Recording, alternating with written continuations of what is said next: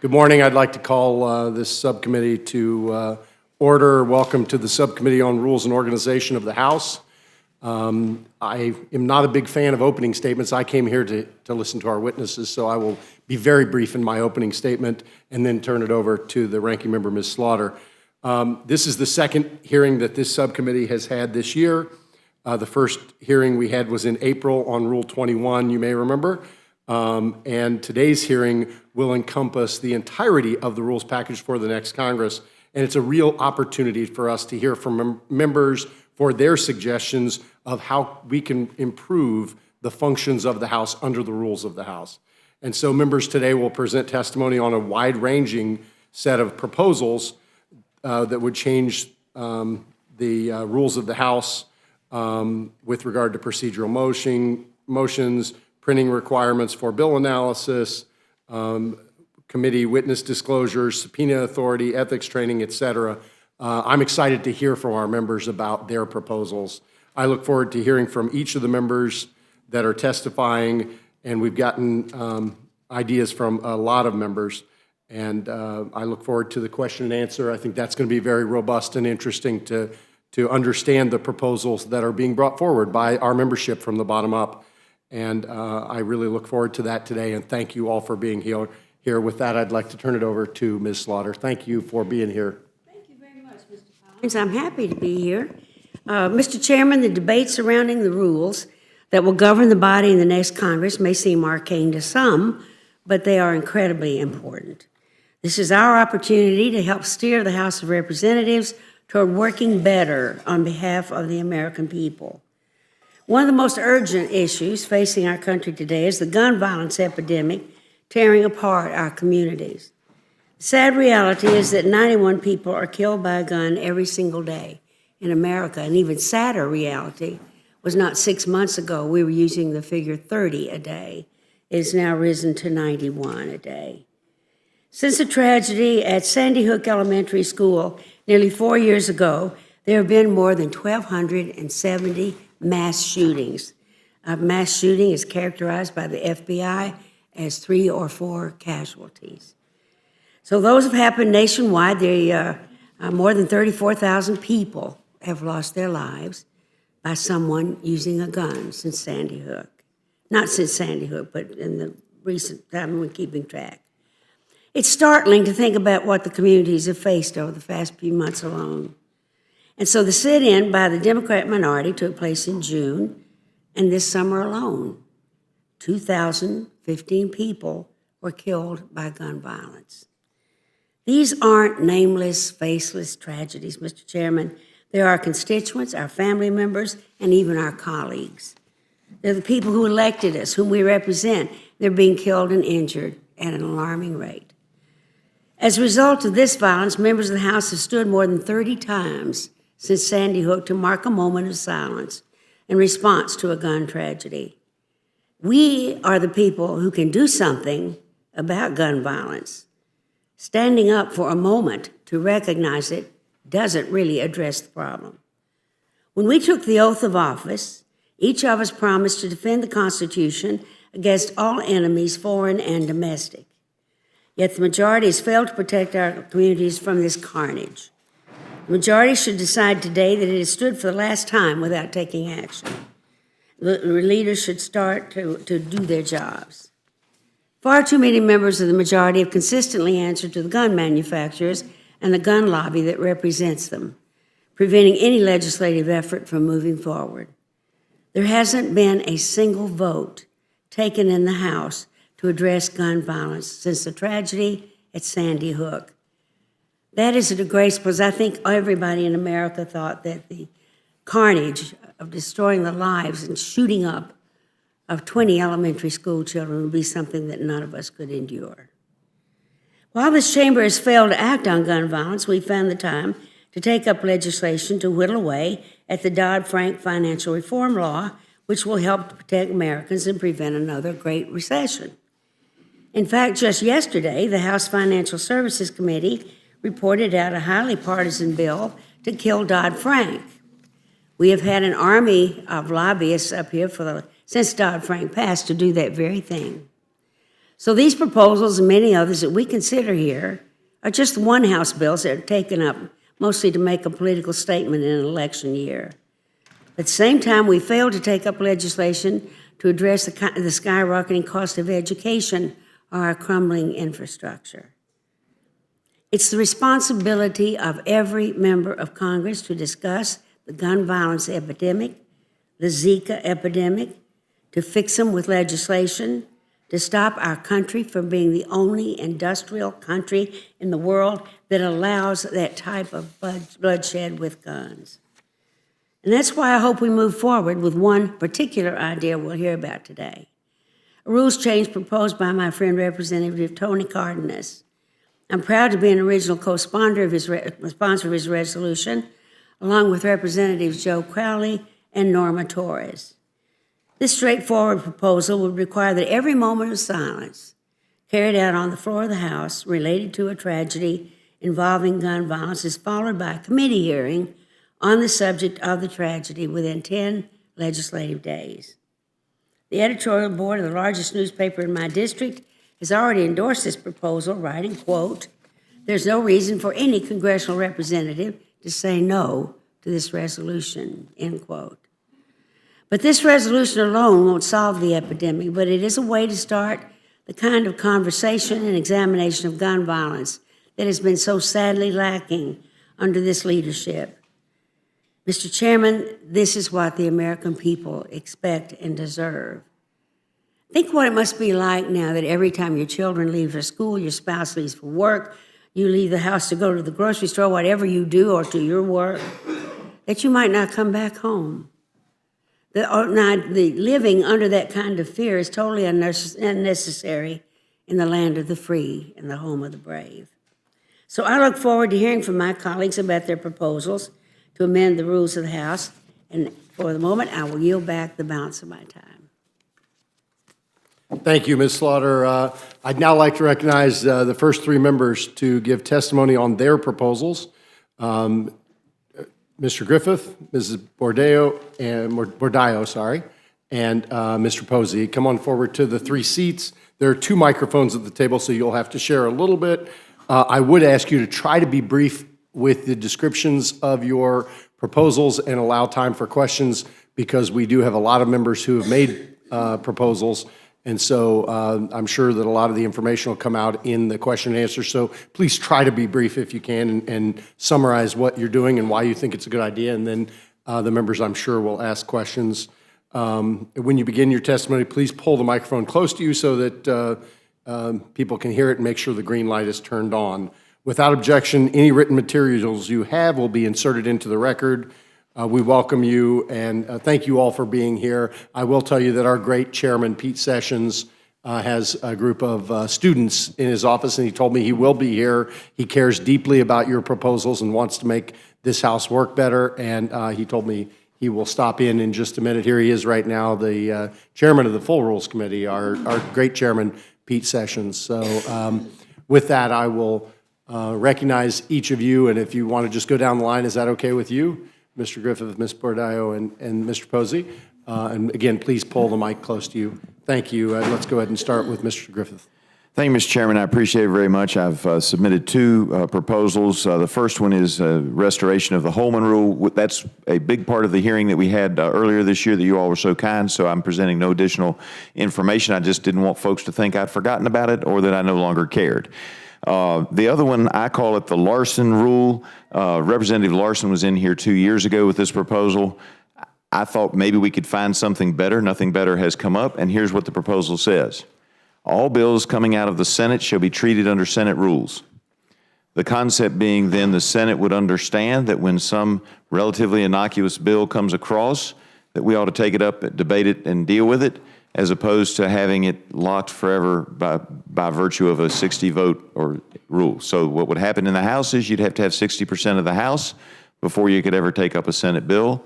Hopefully, when they saw how ridiculous that was, they would then change their own rules. I yield back.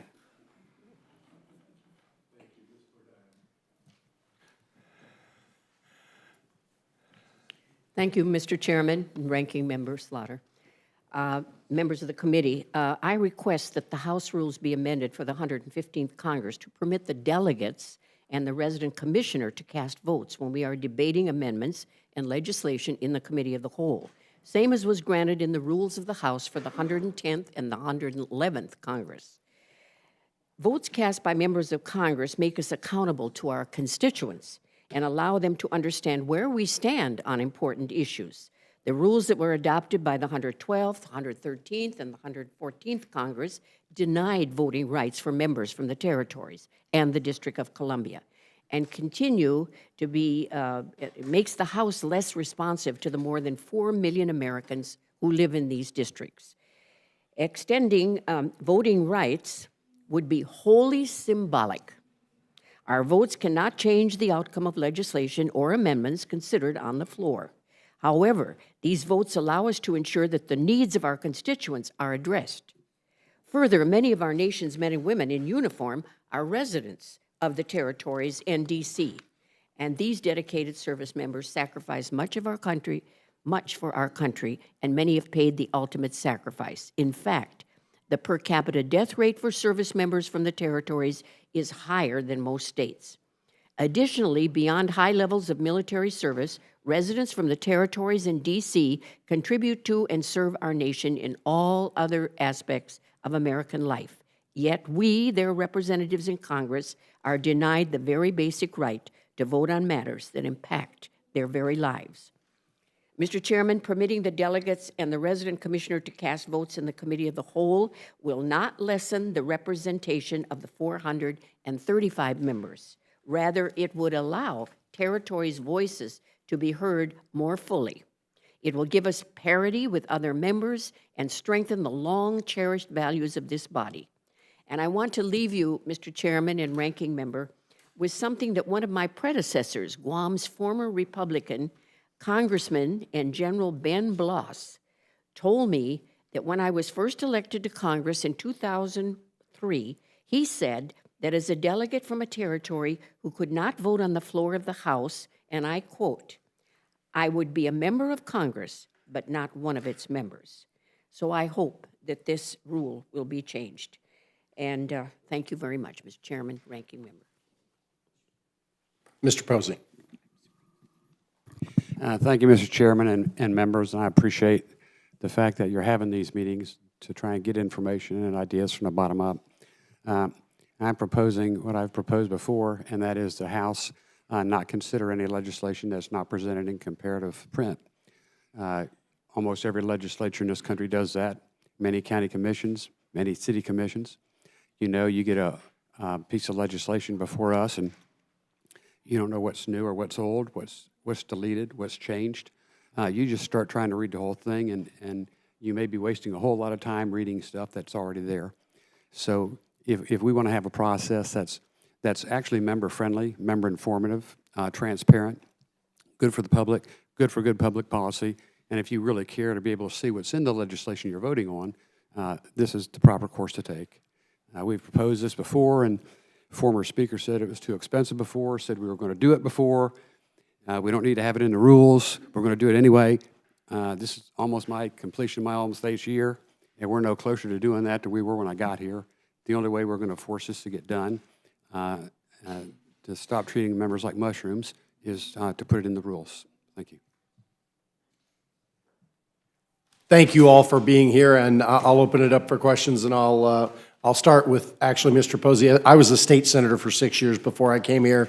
The Ohio legislature uses comparative print, and I can tell you, I read the bills in Congress. It's really hard to understand the bills in Congress sometimes because you don't understand what's changing and you can't see how things are changed. So comparative print, I think, is a great tool for members that want to read bills and understand them.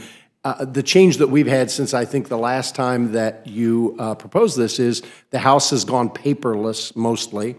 Won't that reduce the cost of this change? Absolutely. As your Ohio legislature did, most other legislatures do, when you go paperless and you put it online or in electronic form, then you put the new language in green, underlined, and the stricken language in red, hyphen through. So very simple.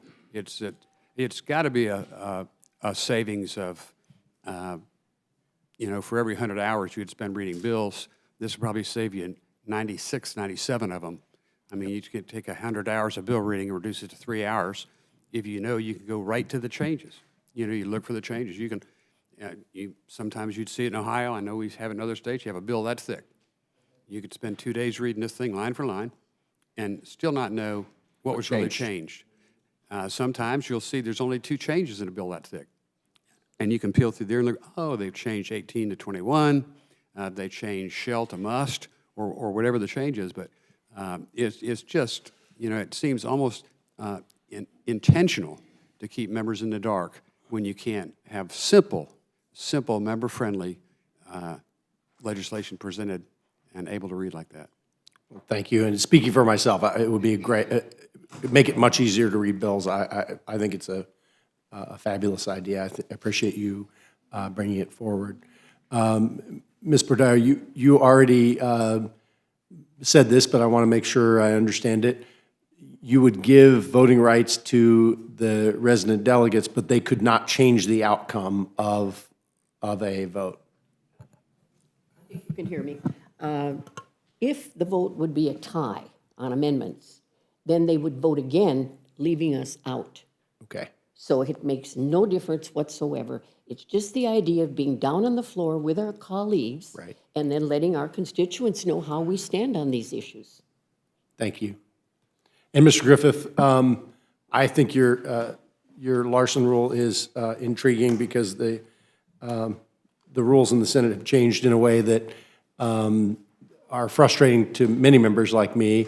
It used to be that if you were in the Senate and you wanted to do a filibuster, you had to stand up and talk. Now they can do silent, secret filibusters. The cloture rule is invoked everywhere almost, and it really is frustrating, and I understand that there are some protections on it.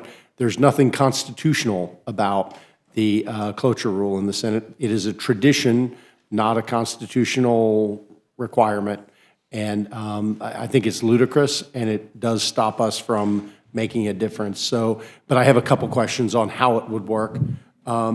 If the House were to consider Senate legislation under the Senate rules, would the Senate rules have to be published in advance, or how would you handle that? Because many of us are not as familiar with the Senate rules. Well, they're already published, obviously, as part of the Senate rules, and what you would do is that you would just refer to those documents. Whenever a Senate bill came over, you would refer under that. Look, I've got to believe there's a better way to deal with this situation, but seeing no better way and having heard Mr. Larson quite eloquently say 2 years ago, this isn't a Democrat problem, it isn't a Republican problem, it's a Senate problem, that I thought, we ought to at least have the discussion. It would be a huge change. It would actually, for a short period of time, make things worse because it would also have the House not able to pass some of the legislation, just like the Senate can't. But it's one thing when it's somebody else's bill that's getting gored, and when all of a sudden the Senate sees it's their bills that are being trampled by their own rules. I believe it would bring them to their senses. Now, that being said, I would love for someone to come up with a better idea, another way to handle this problem, but it is a conflict between the House and the Senate which is damaging to the Republic as a whole, and it's not a Democrat or Republican issue, it's a House-Senate issue.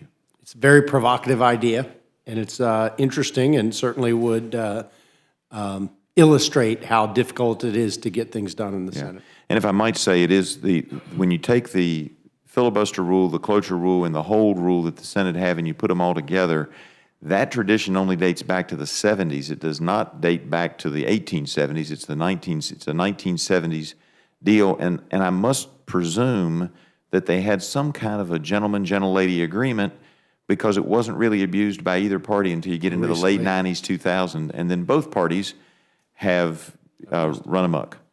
Thank you. Thank you all for being here. I'd now like to recognize Mrs. Slaughter. Thank you, Mr. Stevens. Very interesting ideas. Ms. Bordao, I'm sure you remember when we did have that rule. Yes.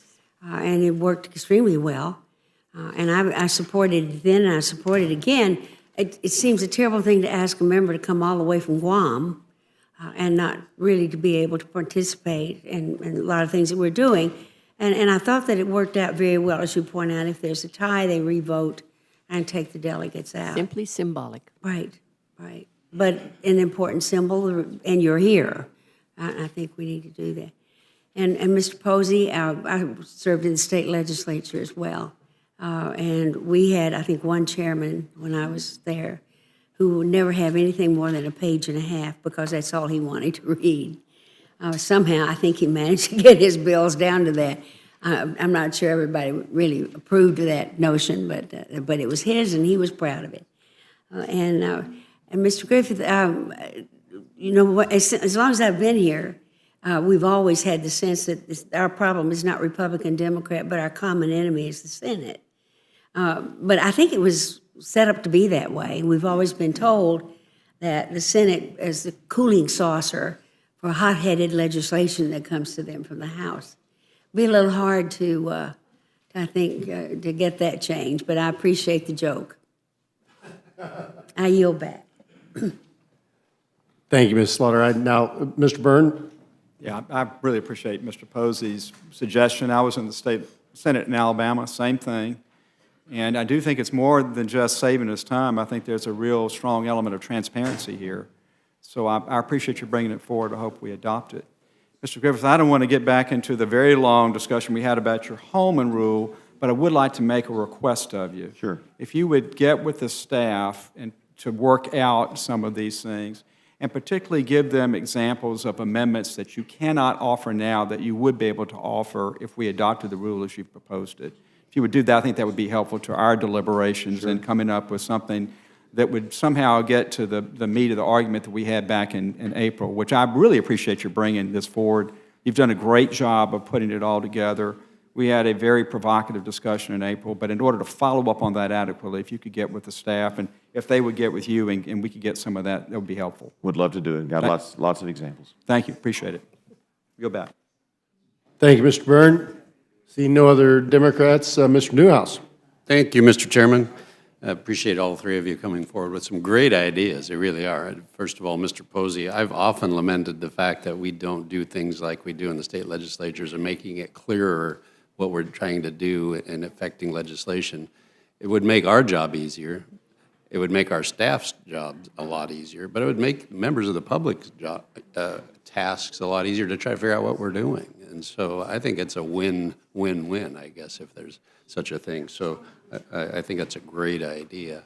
Ms. Bordallo, I think I pronounced her name correctly. We serve on natural resources together, so I appreciate having you here today. And this is an interesting idea that you brought forward. I've often wondered that myself, why territories are not allowed to vote, although you do have voting privileges in committee, correct? In committee, that's correct. So if you're asking for a symbolic vote on the floor, I'm not sure how that gives you parity. If you could help me understand that. If it's only symbolic, that's still, you're not That is correct, not yes. quite there. And you do have the opportunity to express your opinions clearly in committee, so that if your Absolutely. complaint is that you can't express how you feel on issues to your constituents, there's an opportunity there. I guess an answer to you, Mr. Newhouse, is the fact that, you know, you're elected to a body, Yeah. and you are not allowed to go on the floor at all. We don't vote for final passage. That's even a disparity in my opinion. But to not be able to go down and vote when there's a committee of the whole, it's a matter of just going down on the floor and meeting our colleagues once in a while. You know, I'm very seldom down on the floor because we don't have a vote, the committee of the whole or final passage. So I think it's just a matter of belonging to a family, Sure, I a get house that. family. I understand that, and I appreciate that. And then your comment that it would not, I think, I can't recall exactly, it would not affect the outcome, or it No, would be, not any- so only in the event of a tie would those votes then be discounted? That's right. What if it was a margin of 1 or 2? Well, whatever. If there's a margin of 1, I think they go back and vote again. Or the total of the number of delegates? Would be left out. I see, okay. It's an interesting concept. I haven't made my mind up on it yet, but I appreciate you bringing it forward and allowing us to consider. Oh, sure, absolutely.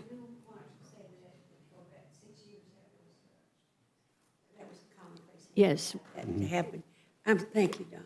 Without any upset to anybody, or it seemed to work pretty well. At least I don't recall ever hearing any complaints about it. Oh, okay. And Yes, it we did had make, it- it did make people who'd come a great distance to get here really feel like a part of what was going on here. and, They had and then substance. most important too is our constituents don't know where we stand because our votes are never publicized or whatever. You know, we may be on the bill as a co-sponsor, but, Aren't committee votes publicized? oh, yes, they are, yes. But, you know, in every aspect, I'm on defense and I'm on natural resources. But what about all the other, the health and education committees and so forth? Good So, point, good point. I appreciate that. Well, like I said, it's an interesting idea, and I appreciate and we the did long have it in conversation. 2 Congresses. We did have the right to vote, but it was taken away then when the parties changed. Good. Well, thank you for bringing the idea forward. You're welcome. Mr. Griffith, you always come forward with interesting, great ideas. The one thought that occurred to me, though, we all complain about the Senate, right? And I guess that's part of the just the natural dynamic. But the one thing we complain about most is a 60-vote margin. So it seems to me that, I guess I get that. I get we want to get back at them, get them to change their rule, bring it more so that we can get our things passed through the Senate more easily. But it seems to me like we would be doing exactly the same thing that we complain about all the time by putting in their rules into our House. And so tell me how that makes sense. And the concept would be, I mean, and Chairman Stivers touched on this, is that the historical filibuster rule was, it actually had a higher threshold at one point of 67 to stop it. Yeah, right.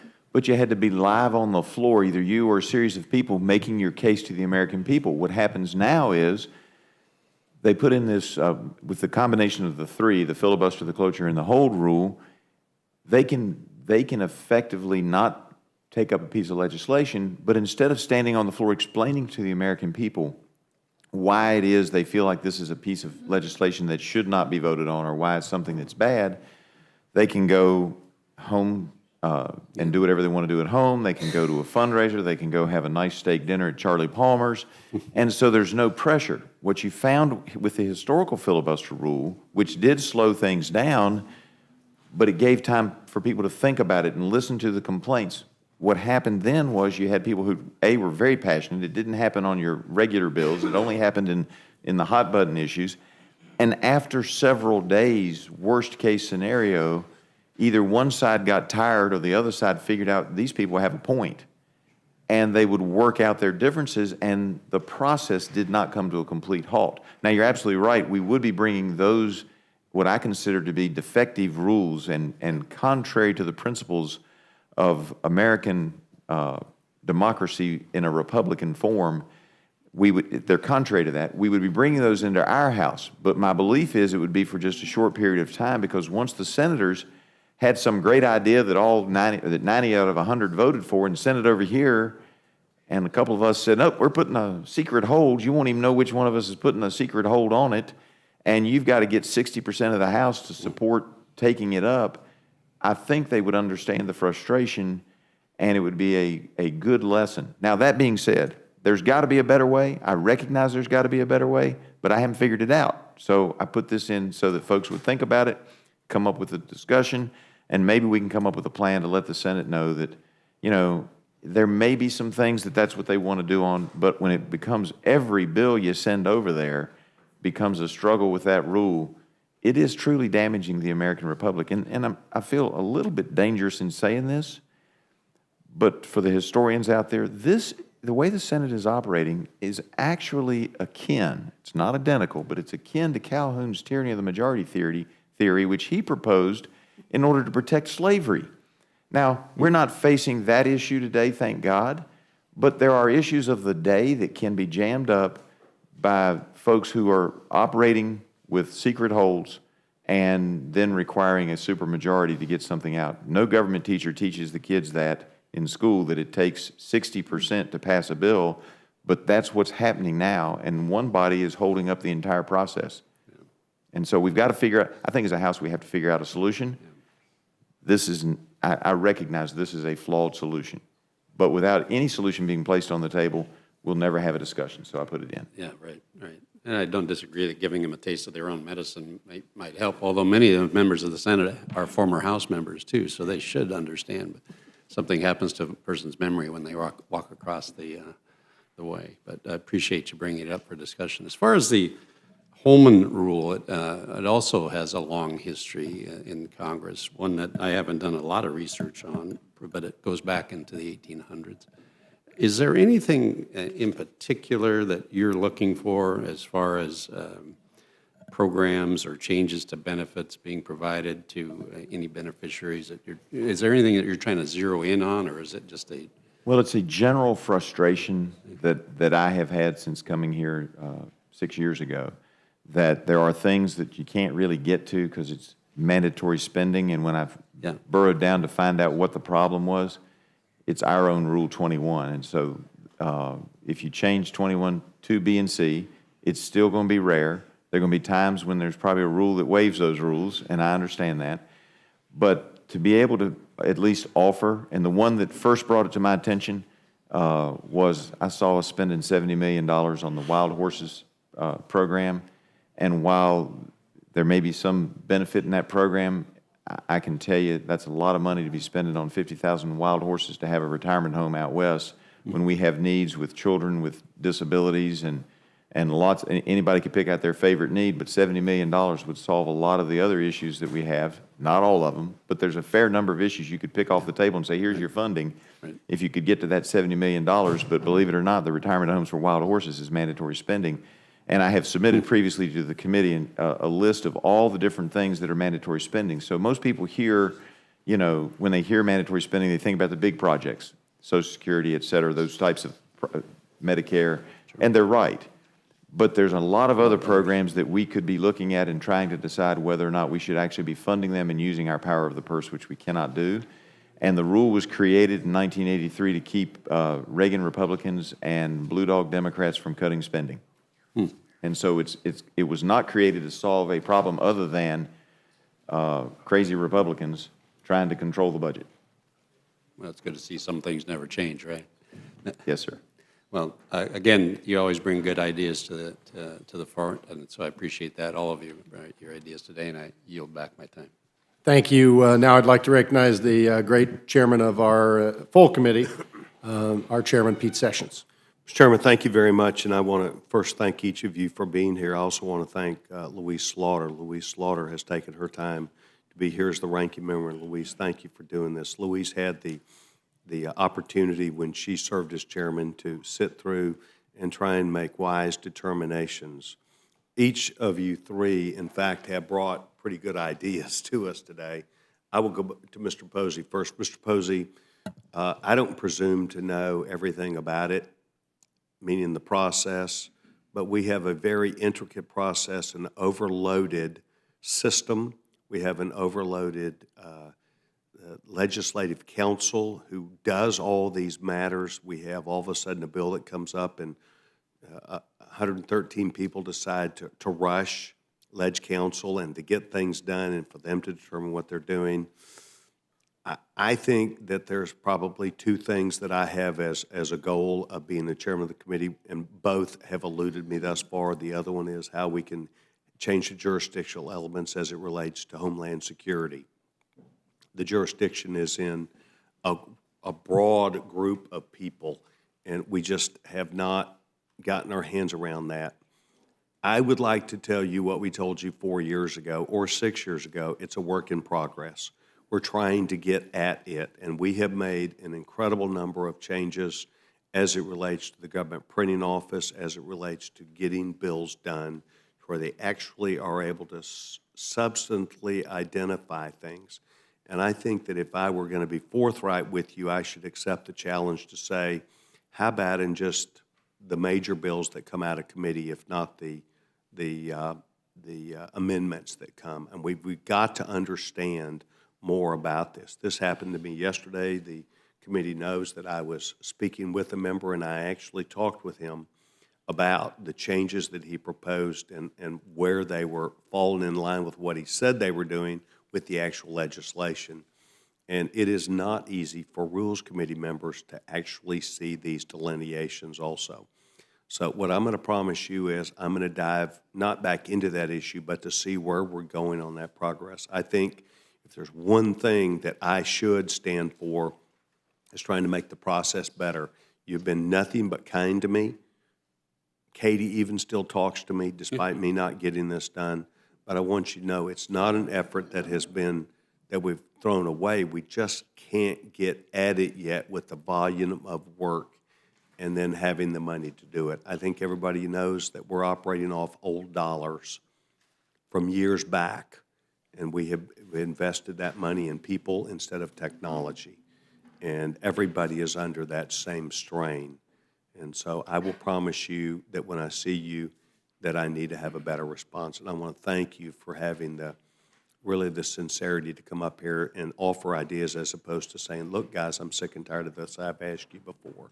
So I want I to do that too, Mr. Chairman. Well, you've been very gracious, but some elements have eluded us. Secondly, I want to say that the issues that you bring forth about the voting of delegates might be somewhat of a new issue to some of our new members. It is not to older members who have been here. There are a number of systematic reasons we could get into, whether we should have, D.C. should have people that vote, whether they should have a United States senator, and there's some bit of us that have tended to look at the Constitution in these matters. And I want you to know I'm delighted that you're here, and bringing the issue up is important. I'm not promising any change this time, but you are ensuring that there will be a discussion. And I think from that perspective, you would not consider that a victory, but that we do recognize what we're doing and that we probably need to get better at it. Yes, ma'am. Mr. Chairman, I just want to make it very clear that, although we wish we could have final vote on the passage of bills, but we're just asking for this committee of the whole vote. And I understand it has been through various courts, and it's come out affirmatively. So I just want you to know that there's been some background done on this. And as I said, it's just a symbolic vote, and we represent 4 million American citizens. Yes, ma'am. But you don't come from states. Well, I guess you can say that. I guess I could. And a body, Mr. Griffith is here arguing really not only a great argument, but a great comeback. And I think that perhaps Mr. Newhouse said it best when he said, what's good for the goose is good for the gander. But in fact, a body, the United States Senate, United States House, is entitled under the law to set its own rules and to establish therein how it will operate under a constitutional perspective. I simply wanted, not trying to be nice to you, will recognize, I'm glad you're here, I'm glad you're bringing this issue, but there is some bit of disagreement about how the votes will take place here. And we do see it differently. Louise sees it differently, and she had an opportunity when they held the body to do that, and yet you're speaking respectfully to 2 members, and I think it updates our new members, and it will be a discussion. And we will have to consider this. And I would like to say that we have a Republican, at least one Republican, Yes, we do. in that perspective also, I who thought was that would help.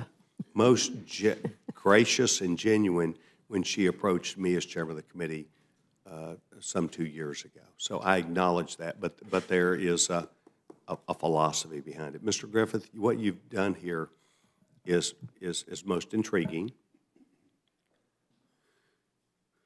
It's also been said, you want us to do what you don't like them doing, we would do the same. We will treat you the same way you treat us.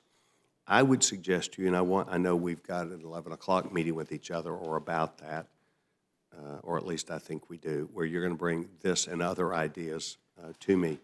I would simply say this. I believe in some respects, except for the rules of the Senate as they apply necessarily to legislation about whether it's considered permanent or whether it's considered under a 10-year reauthorization. We really, I think, fall to the right value, and that is we have a vote on the rule, on the floor, where 50% of people do get a chance to fully express themselves. We do pass legislation that exceeds the 60-vote threshold. Because our body is larger, that 60% becomes almost inconsequential if it were related to whether we would move a bill forward. In other words, whether you're going to get cloture or not. But in some respects, this body has chosen to have the rules that it does, and our fine young chairman now, and that's why we're entertaining these ideas and notions. But what I would suggest to you is it's worthy of some bit of understanding, but we find ourselves on a regular basis, as we have up at the Rules Committee, where certain parts of what the Senate has passed were done with 60 votes, which made it permanent law. What does permanent law mean? Permanent law means it has no ending date until another set of chances where 60 votes overturn that law. And I just think that for us to apply that rule, which I deeply disagree with, could have some implications downstream of permanent law in this country, up to and including what happens when we did our, when we were in the minority and we got an $870 billion stimulus package that could have gotten 60 votes and become permanent law, and they could have just done what they choose. And I think it binds us different when we operate the way that we do. So I admire you for what you got. I want to learn more from you. There's been no member of this body that has sat in, except the Rules Committee, that sat in Rules Committee meetings other than yourself. And I think you're thoughtful, and I admire you for it. I'm interested in exploring more about it, but my observations as an insider that has done this for 20 years is I think we live up to most of what you would want anyway, but I think it's still an interesting concept. So I guess we entertain each other a lot up here. I appreciate your comments, Mr. Yes, sir. Chairman, and it was put in as a placeholder just to have a discussion about what do we do about this, because I do see that even if the Senate doesn't, I see what they're doing in their rules, which, as you pointed out, they have a right to do as a body, but what they're doing, I believe, is damaging the Republic. And it's the main cause of why the American public is dissatisfied with the legislative branch as a whole, because they don't see us getting things done. And yet our House has produced a lot of bills, and we've passed more bills off the floor than historically during the same 2-year period has been done in this Congress. But they just go over and languish in the Senate because there's a secret hold with a requirement for a cloture vote and a filibuster, and you end up with no action whatsoever. So I do appreciate your comments, and as I said to Mr. Newhouse, I recognize this is a flawed suggestion, but I thought we ought to have a discussion. Yes, sir. Thank you, Mr. Chairman. Thank you to all three members of the panel. I do have two things to read into the record. First, from John Culberson, a letter which explains a proposal that he has. I'd like that read into the record and submitted for the record. And second, our great chairman, Pete Sessions, asked Legislative Council to review the Ramsire rule and recommend changes of how the rule can be revised to accomplish the goal of transparency that Mr. Posey has. And I want to make sure we get you a copy of what Leg Council has said, but I'd also like that submitted into the record without objection. Without objection, those will be entered into the record. The next, thank you for being here, and we're going to have the next panel, and I believe Ms. Radowagen had stepped into the hall. Is she still out there? Can somebody check? So I would like Mr. Rooney, Mr. Cardenas, and maybe Ms. Radowagen if she is still out in the hall. She's not there. So we will have Mr. Rooney and Mr. Cardenas here for the second panel. Again, there are two microphones at the table, so now there are two of you, so this should not be very hard. Please pull the microphone close to you and make sure the green light's turned on so that the cameras and everybody in the room can hear you. Without objection, any written materials you have will be inserted into the record, and we welcome your comments, and thank you both for being here, and thank you for your very thoughtful proposals to change the House rules in the next Congress. If it's okay, we'll just go from that direction over, and we'll start with Mr. Rooney.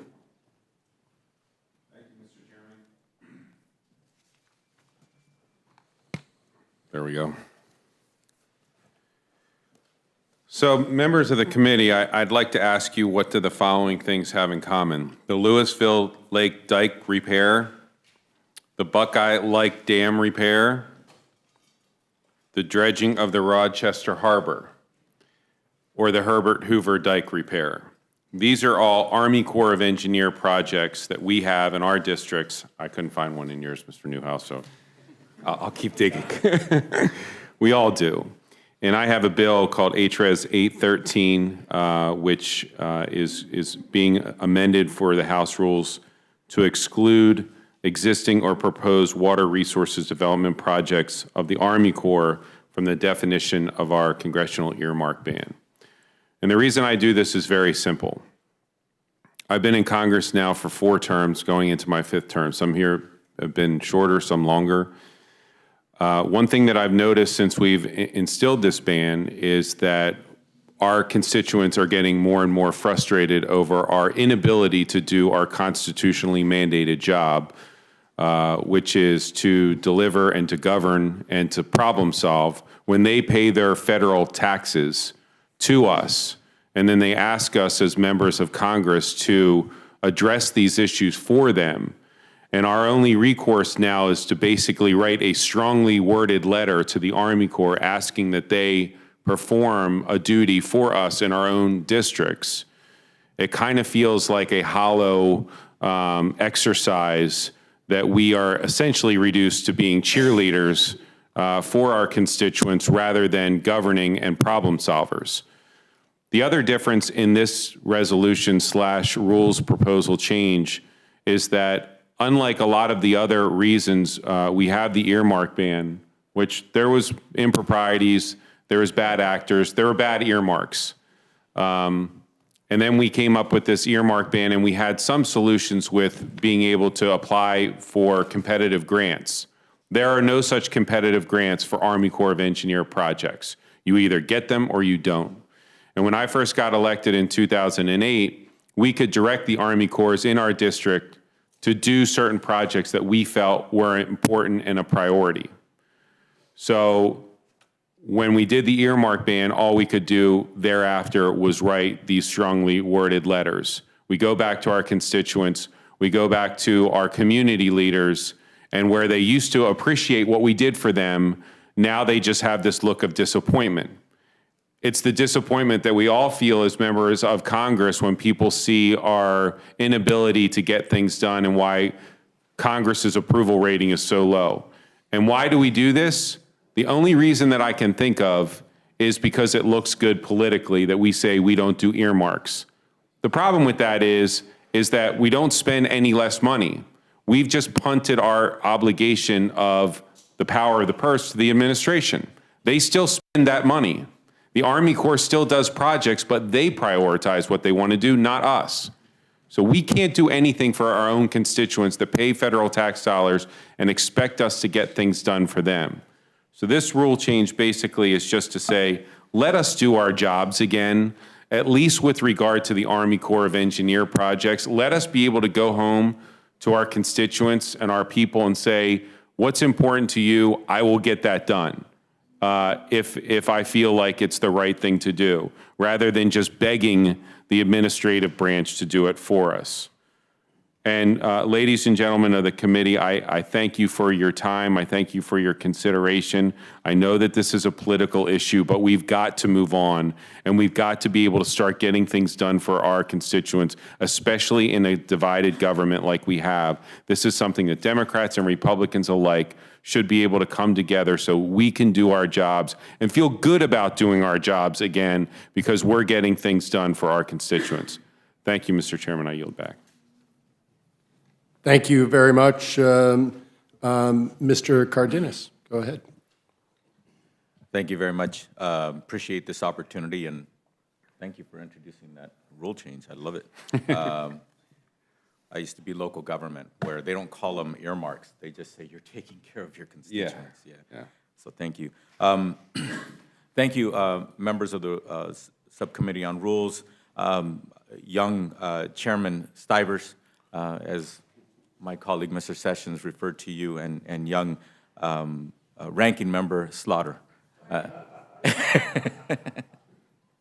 Good morning, everybody. Thank you for allowing me to speak to you on this rule change today. My proposed change to the rules of the House would amend Rule Number 11 by adding a clause titled Hearings Related to Moments of Silence. This clause would require that every moment of silence observed by the House floor because of a gun violence tragedy domestically here in the United States would be followed by a hearing within 10 legislative days of that moment of silence on the House floor. The Speaker of the House would designate the appropriate committee or subcommittee to carry out the hearing. The hearing would have to be about the gun violence tragedy that the moment of silence was observed for. Again and again, we have stood in silence on the House floor, remembering the victims of mass shootings, remembering and honoring victims from all across our country. All of these moments of silence have at least one thing in common. They were not followed by meaningful legislative action or hearings by this House. We are tired of not having an answer for our constituents when they ask us what we have done to cut down on the number of mass shootings or to make the process for buying a gun safer. I introduced this rule change as a resolution, House Resolution 694 on April 20th, which is the 17th anniversary of the Columbine shooting that shocked our nation. This resolution now has 141 co-sponsors. There have been at least 31 moments of silence related to gun violence observed on the House floor since the shooting at Sandy Hook Elementary School. That's an average of 8 moments of silence a year since the Sandy Hook shooting. This rule change would require legislation, or it would not require legislation or even draft legislation. Just an honest, open, transparent discussion about public safety and how to best protect the American people, a hearing of the House of Congress. Just a hearing so we can find out what happened and what we can do to stop something like it from happening again. I would be misstating the reason for me introducing this resolution if I just said it was out of frustration, but I introduced this because on any average day in the United States of America, 89 people die due to gun violence. On average, every day, 31 people are killed by someone using a gun. 55 people commit suicide every day. 2 people are killed unintentionally, and at least 1 person is killed by police intervention. What that breaks down to, ladies and gentlemen, over an annual basis is 32,500 people die as a result of gun violence every year in the United States of America. 11,294 people are murdered. 19,992 people kill themselves. 561 people are killed unintentionally. 414 are killed by police intervention, and 254 die but the intent is not known. In addition to that, of the people who die every year, 75,962 people are shot and survive due to gun violence. 55,009 people are injured in an attack. 3,791 people survive a suicide attempt. 16,334 people are shot unintentionally, and 827 people are shot by police intervention. Those are some of the things that turn out in statistics, but behind every single one of those incidents are families and communities that are left in anguish and wondering why Congress is doing nothing about it. Thank you.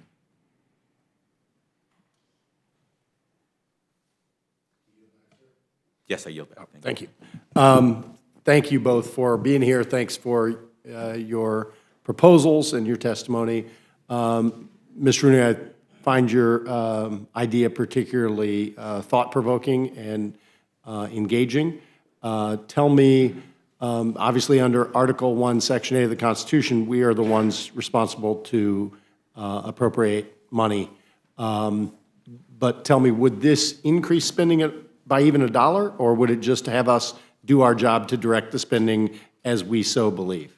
Absolutely not. I mean, that's one of the great myths of the earmark ban that is perpetrated that somehow that there's been a reduction in the amount of the pie that is spent because we don't do earmarks. There is no reduction. It's the same. It's just we don't control how the money is spent, which goes exactly to what you say under Article 1, that our responsibility on Ways and Means is to tax, and on appropriations is to spend the dollars that our constituents send us. So there is no increase in spending. It's only who gets to decide where that money is spent.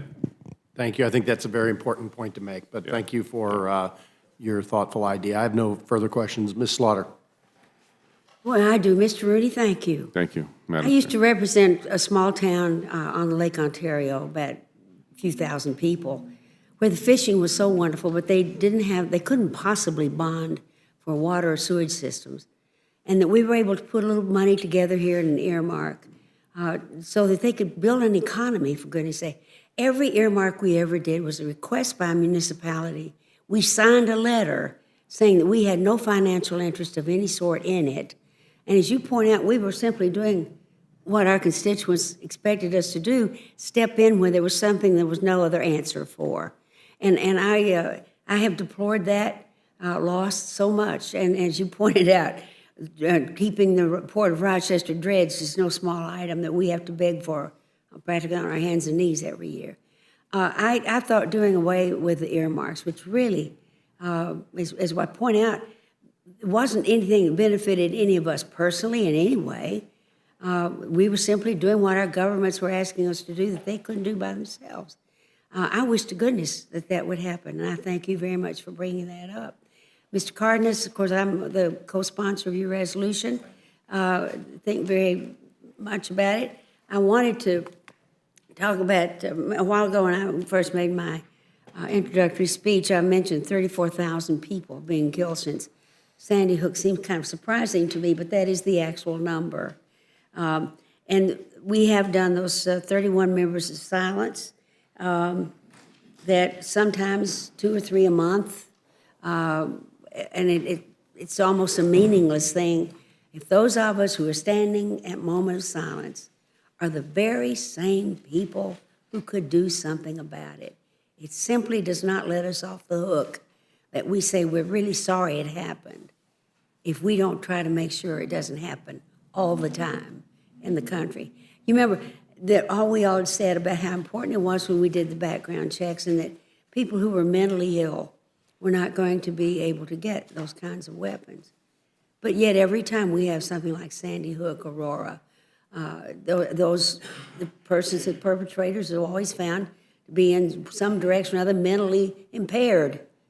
So whatever we're supposed to be doing there isn't working, and that may be because we don't do gun shows and people can order them or buy them from each other. It is, what we're doing is obviously not working. But I find that, for me, as a member of this Congress, that the fact that we can't even address it is very sad, and I hope we can change that, Mr. Stivers. Thank you very much.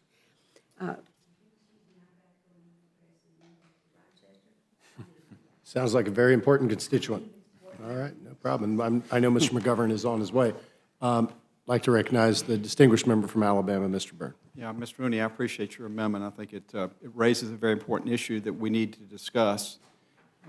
It always perplexes me why we would rather have unelected government bureaucrats make decisions about how we spend money in our districts rather than the people that were elected by the people of the United States. So I appreciate you bringing this to the fore. And you've rifle focused on the Corps of Engineers, and I'm sorry I missed your testimony. I was at another committee meeting voting, or supposedly voting. Why did you limit it just to the Corps of Engineers? Was there some particular purpose? I think it was just built up frustration over the years as an appropriator, but also because it's the one thing that we can sort of argue, I think, with even more confidence, that because there are no competitive grants that you can sort of like gear people that are looking for those federal dollars for, there's no federal grants that they can apply for. They really are just at the mercy of how the administration wants to spend that money, with no input from us and no input from like the competitive grant process, whoever has the best application, I guess you would say. So to me, this just seemed like the easiest sort of toe in the water for us to be able to say, okay, we're not doing earmarks. I get that. But at least, there's competitive grants. But where there is no competitive grants with regard to Army Corps projects, there is really no other recourse for us other than to write a letter to the administration begging them that this is really important to us back home. And they can tell us, to take a hike if they want to. And they do a lot, especially in my district, it feels like. So this just takes that power back to what I think the Founding Fathers originally wanted us to have, to be able to, represent our people and govern and solve problems.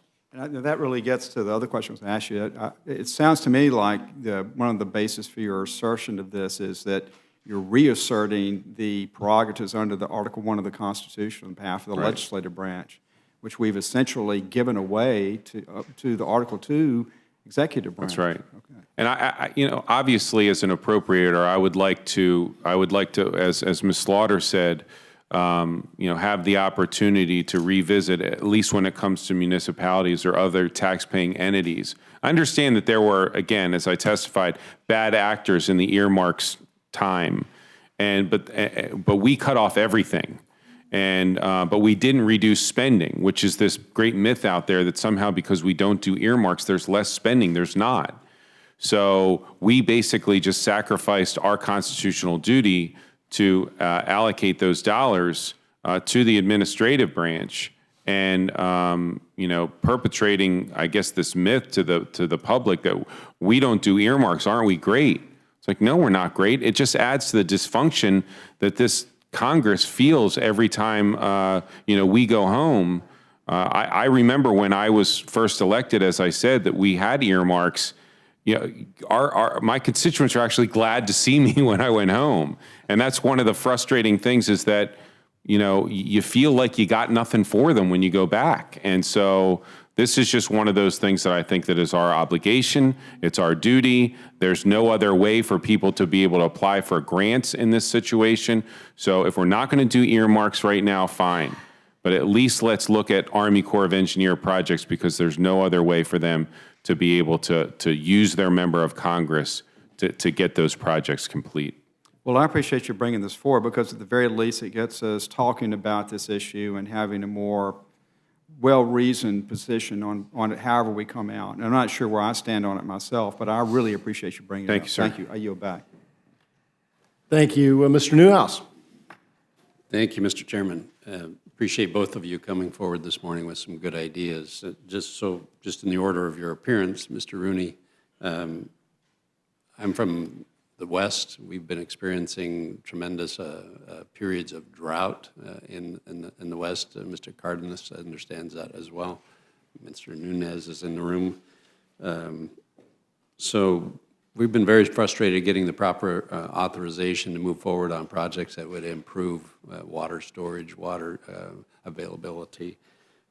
So I certainly applaud your efforts in this regard to help move those projects forward with the Army Corps. Would you be open to including the Bureau of Reclamation in this idea to help ameliorate some of the problems that we see with surface water projects moving forward in the West? Yes, sir. It's interesting since I proposed this bill and got, I think, over 20 co-sponsors now from both sides of the aisle, I think evenly split.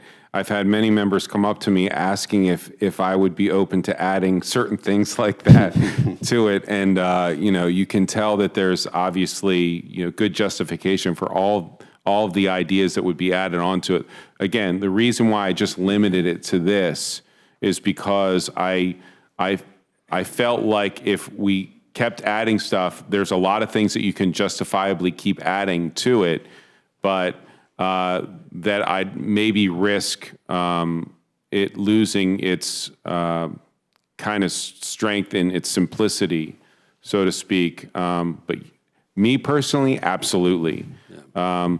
But I think that first things first, and if we can at least convince our colleagues that we should be able to dictate what Army Corps projects are a priority in our own districts, then we can move on to those other issues. Like I say, I appreciate the Yeah, the thought. thanks. You did bring up, I believe, the Corps' chief of engineers recommending something like 28 projects, and that had a total price tag of, I think, about $5 billion, which is several $billion more than their current funding levels. So in reference to questions from Mr. Stivers, and you've made several points that this would not increase spending, but could you address how we'd make up that difference in funding levels? From what I understand of the energy and water appropriations bill is that the funding projects would not break the budget caps that we have. It would simply ensure that members have control over what the existent levels are. So I'm not really sure where you're getting your funding level that you just cited. I will find out and get back to you to make sure that we're on the same page. Okay. But we specifically crafted this that there would be nowhere outside of what the existing appropriations level would be moving forward. So, but to be sure, I will get my staff to get back to you on that. Well, it comes from your white paper on the bill itself. Okay. So if we'll get together and talk Yeah. about that later. Okay. Just so I'm clear about the increased Okay. levels and we were able to deal with that. But Okay. I appreciate the certainly, I agree with Mr. Byrne. It seems like we've abdicated much of our responsibility to the executive branch, and there are certainly arguments to be made for the fact that we represent areas of the country. We should know from our constituents the needs better than the executive branch, because that's our neighborhood, and we get the input directly from our constituents. So I appreciate the thought that you bring forward. Mr. Cardenas, appreciate your bringing forward this very important issue. I understand your frustration that you share with many members of the Congress. And I guess I've got some question about if this is the right path to take, and so I want you to help me understand.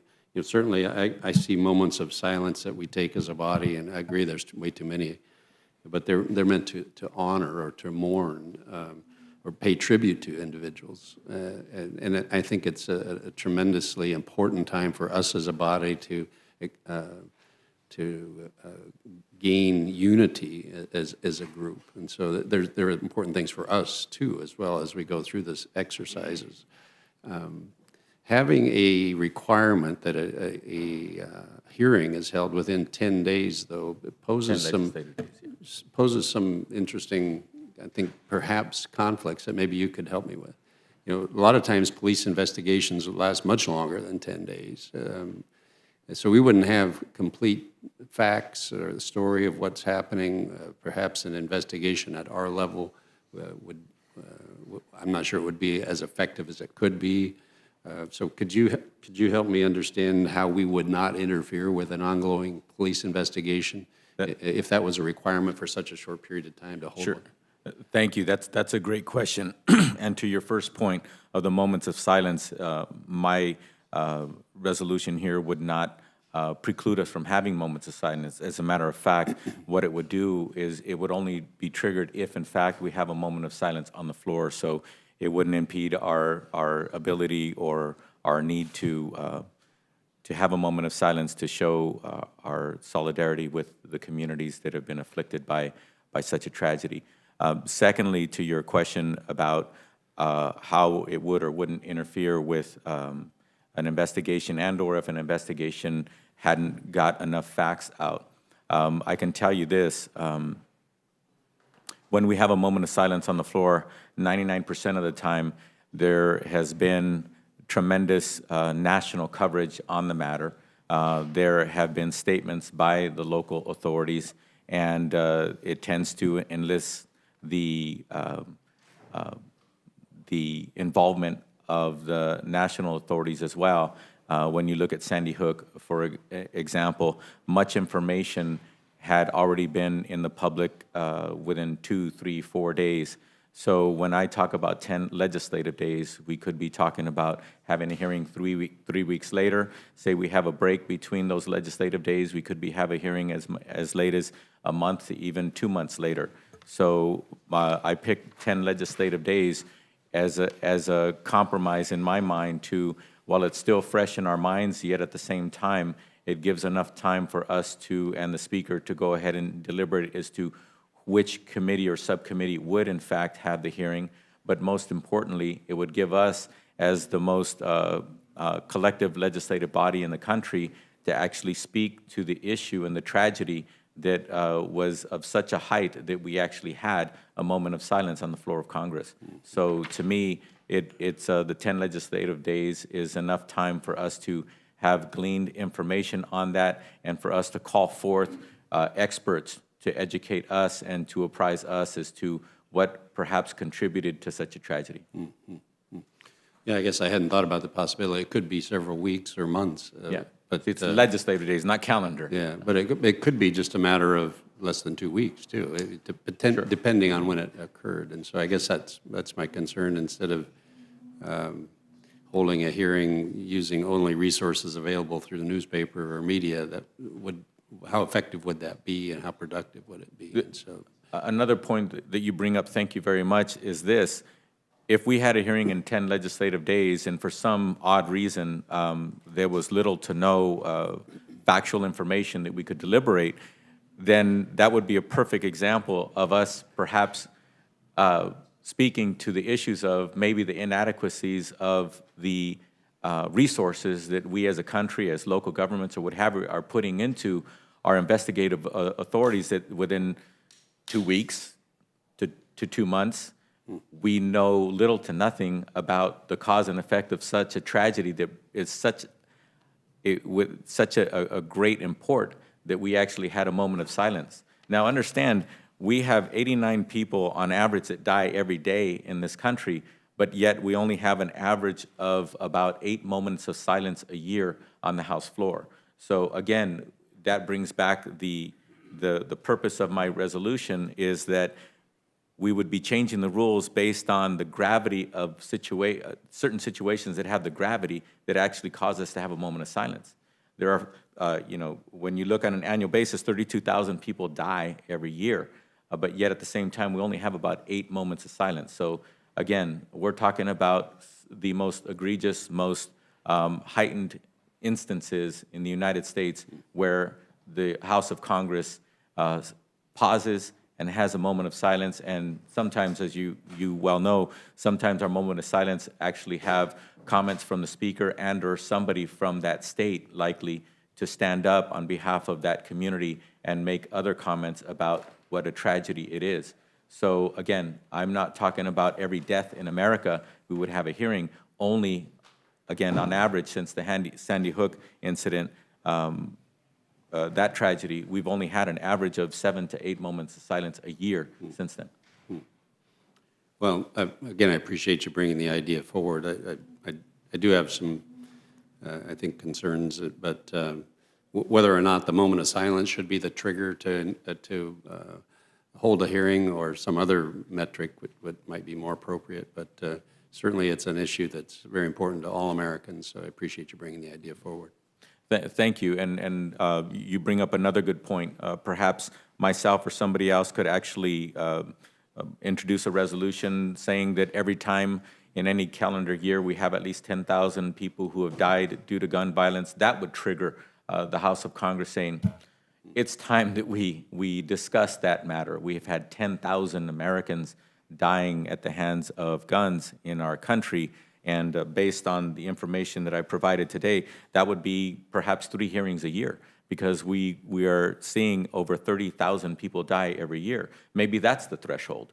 But the silence that we have is ironic, that a moment of silence that we have about 7 or 8 times a year, we've had 0 hearings on those matters that we've had a moment of silence on. So that's the irony of it, is my resolution is trying to strike that balance between us showing our understanding and our remorse for such a tragedy, but yet at the same time, with all due respect, we're not clergy.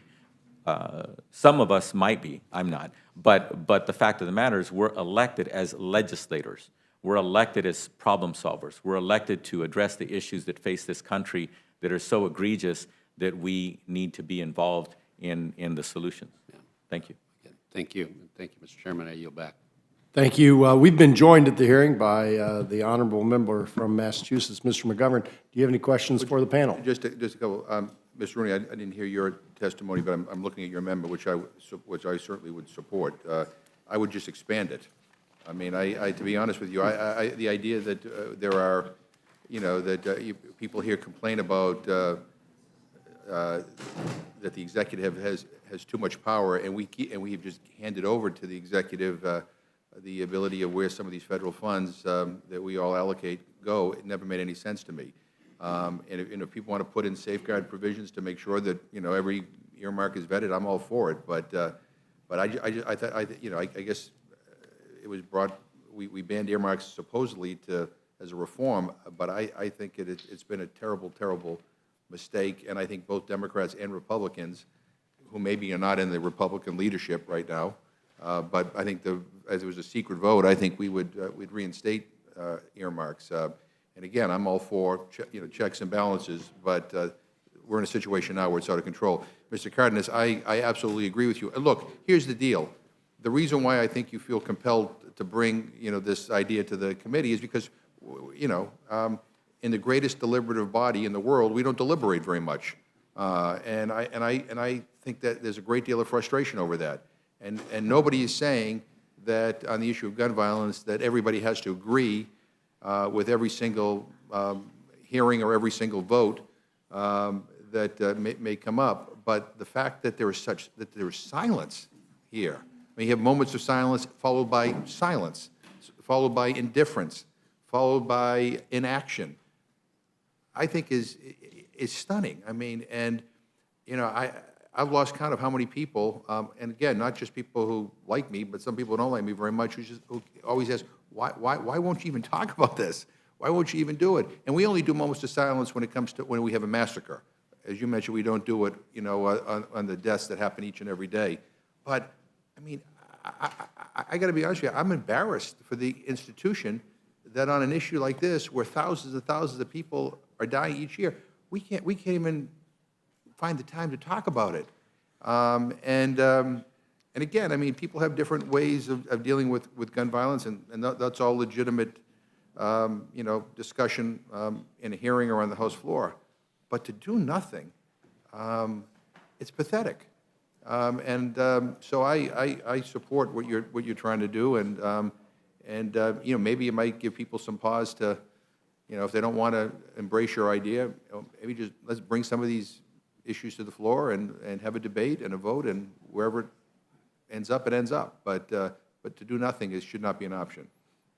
Yeah. Thank you. And again, my resolution doesn't require that a member introduce legislation every time we have a moment of silence. It doesn't require that a committee or the House even pass legislation. Basically, what it will require is, just like we openly have that moment of silence before the entire public on the House floor because it's recorded and sent out to the world for anybody to watch, we would actually have a dialogue as elected members of Congress on the matter in which we had a moment of silence, so we can at least express and/or dialogue, hopefully in an intelligent, informed manner, with witnesses and dialogue and well, the other advantage of what you're suggesting is that it would be an indication to the American people that we care enough about this that we want to talk about it, which right now. The moment of silence actually shows that we care, right? It's one thing for us to show that we care, but it's another thing for us to show that we're willing to roll up our sleeves and actually deliberate and/or possibly actually do something that would prevent future incidents like that. I would argue with you, and I'm all for moments of silence, but that we've done so many moments of silence followed by nothing that they've become empty gestures, and I think that's troubling. But thank you very much to both of you. Do you yield back, Mr. McGovern? Thank you. Thank you both for being here. You certainly both have put some thought into your proposals. You're free to go. I really appreciate your thoughtful testimony. Thank you.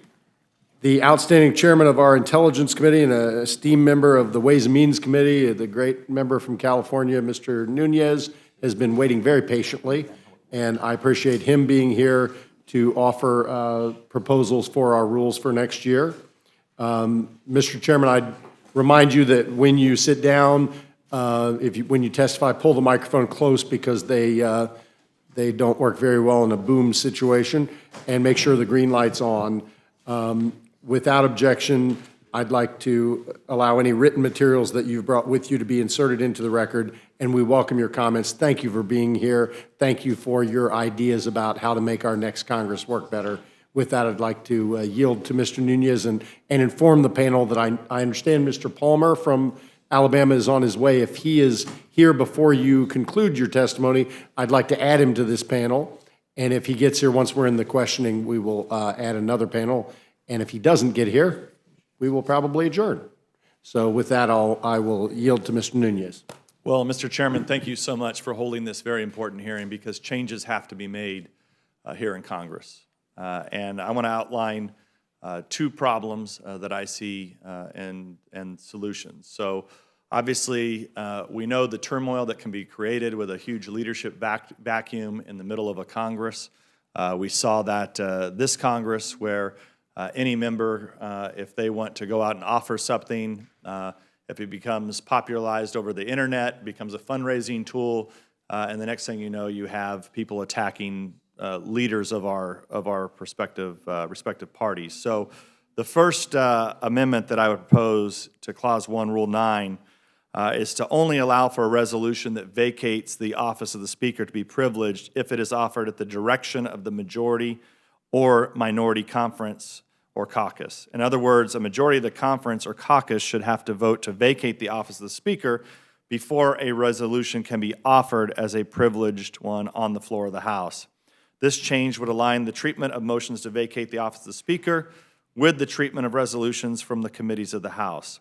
It would also ensure that resolutions that vacate the office of the Speaker can garner the support of either the majority or minority conference or caucus before the resolutions are considered on the floor. So I think this is a pretty straightforward amendment, and I hope that we would consider it in next year's Congress. The second issue that I'd like to bring up is one that I think other members have skirted around the edges of it, but it's how do we really bring back the power of the purse, and how do we use our time wisely here as members of Congress? So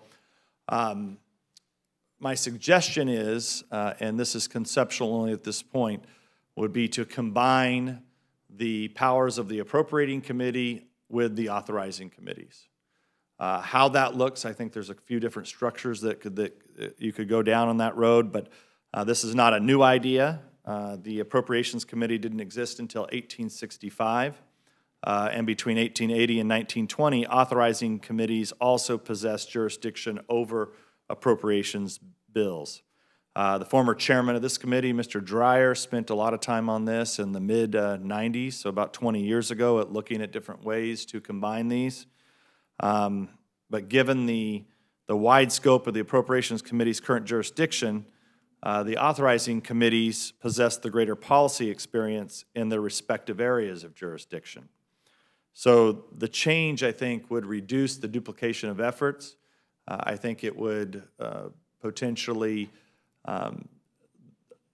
take the time that we spend on the floor offering amendments each year, walking through appropriations bill after appropriations bill. I think we would stop that duplication of effort, and I think it also solves the problem that we face here, and that is of authorizing committees at the end of the day really it's really tough for them to actually change law. So in kind of a simple sense, what I'm saying is that every time we pass an appropriations bill from here, it in effect would be an authorizing bill. I think there's a few different ways to go about it, to structure this. This is, like I said, this is just a concept, but we would have 8 to 10 A committees. Every member that comes to Congress, Republican or Democrat, would sit on one of these A committees. And then we would have a series of B committees that would be, maybe select committees like this committee or others. Obviously, the Ethics Committee comes to mind as another select committee. And then there might be some appropriations authorizing committee combinations that would also be committees. So the concept would be that every member would have one A committee that would have appropriations and authorization power, and then there would be enough B committees where each member would probably have a second committee of some kind.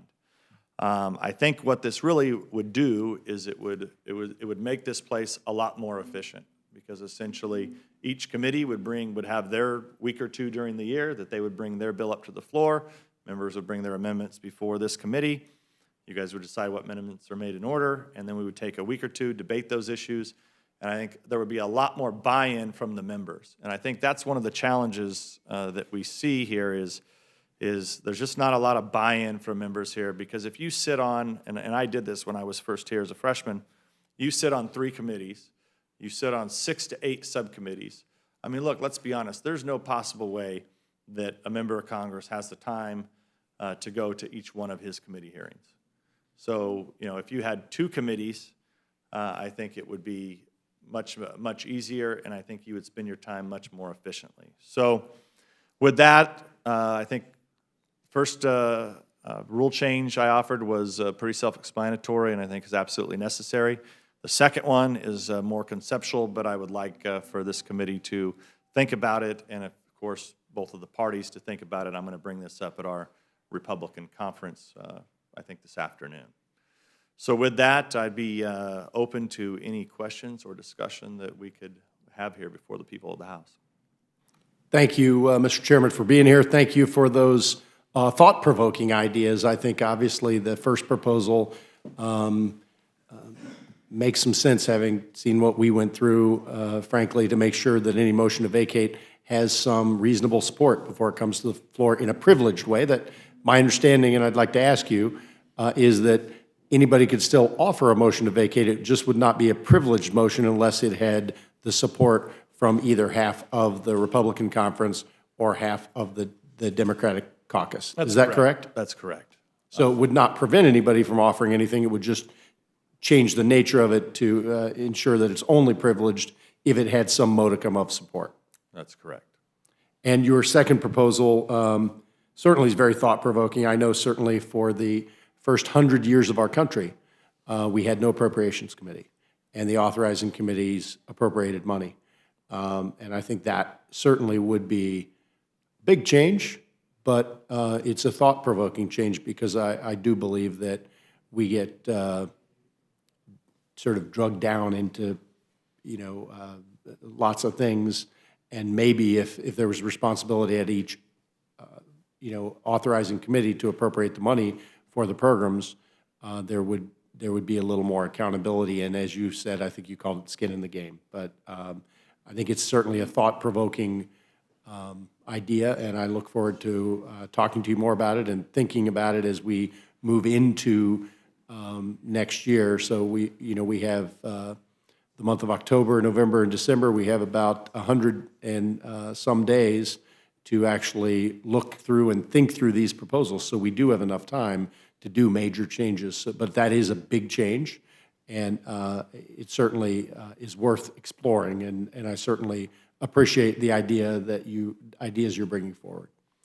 Thank you, Mr. Chairman. If I can add, one of the things that's brought me to this this position that probably crystallized it for me was the executive branch's ability to hide within the jurisdictions of the Congress. Yeah. So we really see that between the Armed Services Committee, the Defense Appropriations Committee, and the Intelligence Committee, where the Defense Department can say, well, this is really only the jurisdiction of the HASC, or or vice versa. They can say part of this is for the Armed Services Committee, but Intelligence Committee will give you the intelligence. Well, then neither committee really knows what's going on.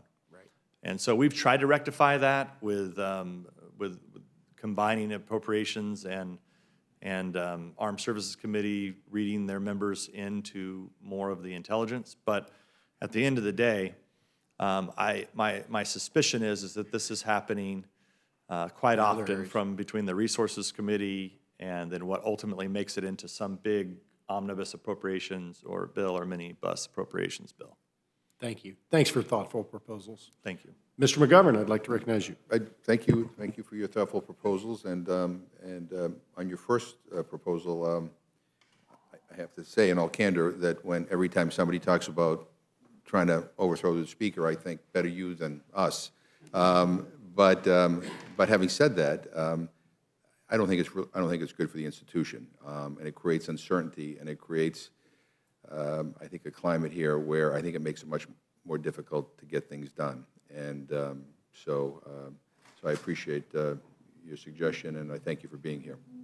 Yield back. Thank you, Mr. McGovern. Thank you. The distinguished gentleman from Alabama, Mr. Byrne. Thank you, Mr. Chairman. I think your first idea is a very good one, and I appreciate you bringing it forward. The second one, as you said, is conceptual, so it's yet to be worked out. So I'd kind of like to talk a little bit about with you.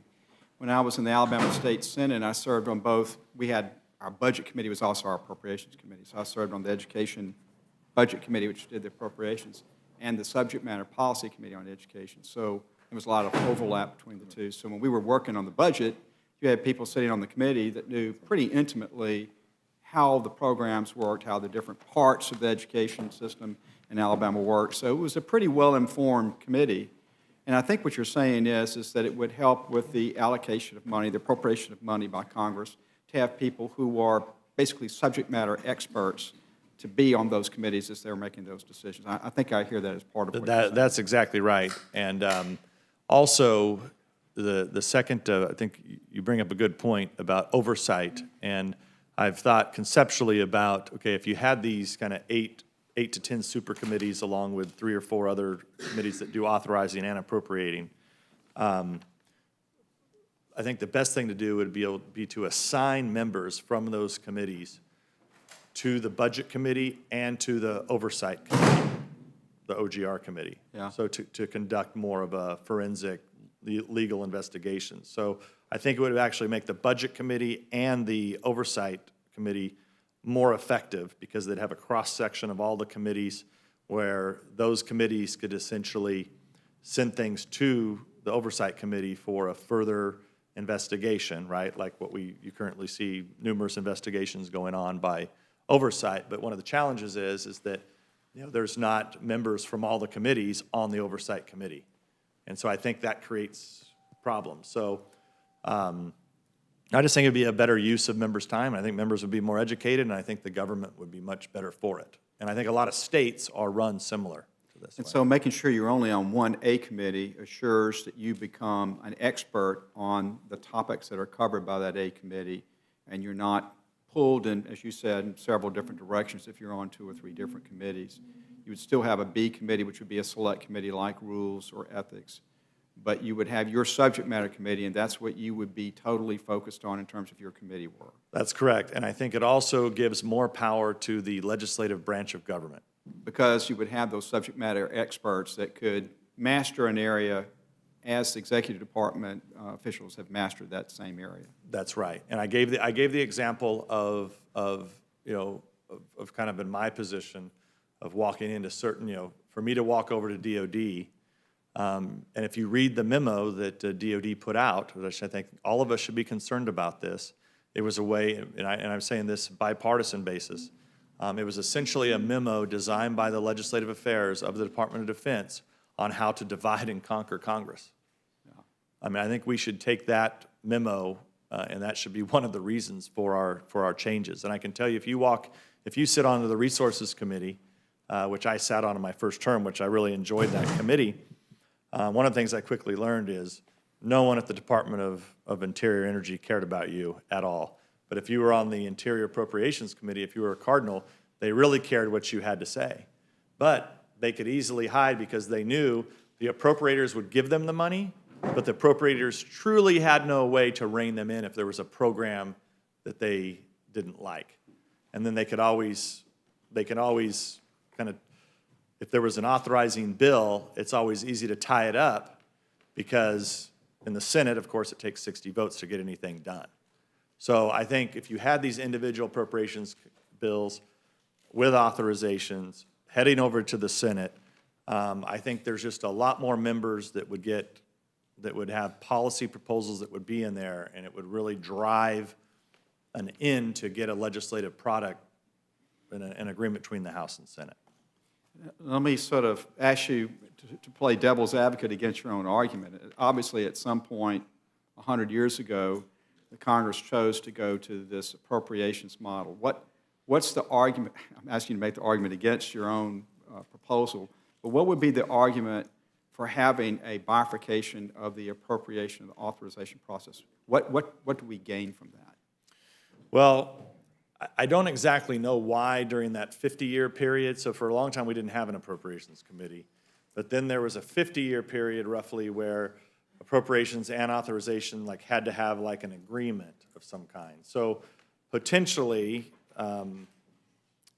maybe there's a way that you create subcommittees, like a subcommittee below either, because I don't know if you put appropriations ultimately in charge or the authorizing committee in charge, but you might create a subcommittee within the committee that deals. My guess, because of the timing of it, was that we went to this pure appropriations format when the federal budget got to be real big.